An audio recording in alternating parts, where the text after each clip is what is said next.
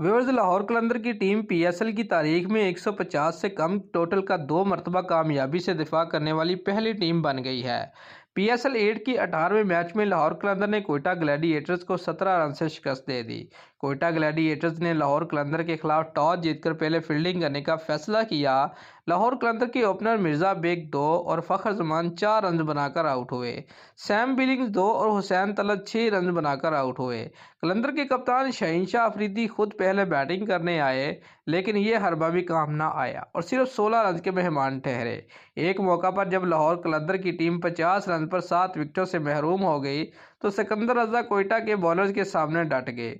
उन्होंने 21 रन बनाने वाले राशिद खान के हमरा 69 रन की पार्टनरशिप बनाई और उनके आउट होने के बाद टेल अंडर के साथ रन बनाने का सिलसिला जारी रखा।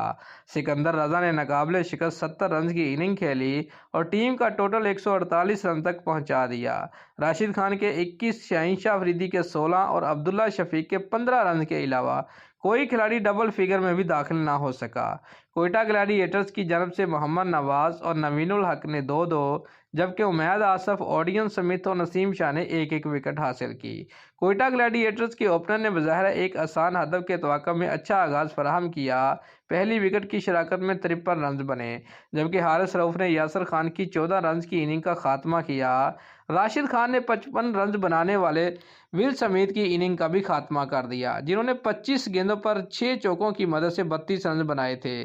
तजर्बाकार बल्लेबाज मोहम्मद हफीज और मार्टिन गुप्ता शराकत कायम करने की कोशिश करते दिखाई दिए, मगर फखर जमान ने मोहम्मद हफीज को रन आउट करके उनके इरादे खाक में मिला दिए।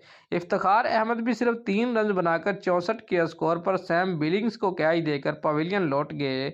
मार्टिन गुप्टिल ने 20 गेंदों पर 15 रन बनाकर टीम का स्कोर 80 तक पहुंचाया, मगर डेविड विजे ने उनको आउट करके ग्लैडिएटर्स की 5वीं विकेट हासिल कर ली। कप्तान सरफराज और ओडियन स्मिथ ने 25 रन की शराकत कायम की और स्कोर 105 रन तक पहुंचाया। ओडियन स्मिथ 11 रन बनाकर हारिस रऊफ की गेंद पर आउट हुए।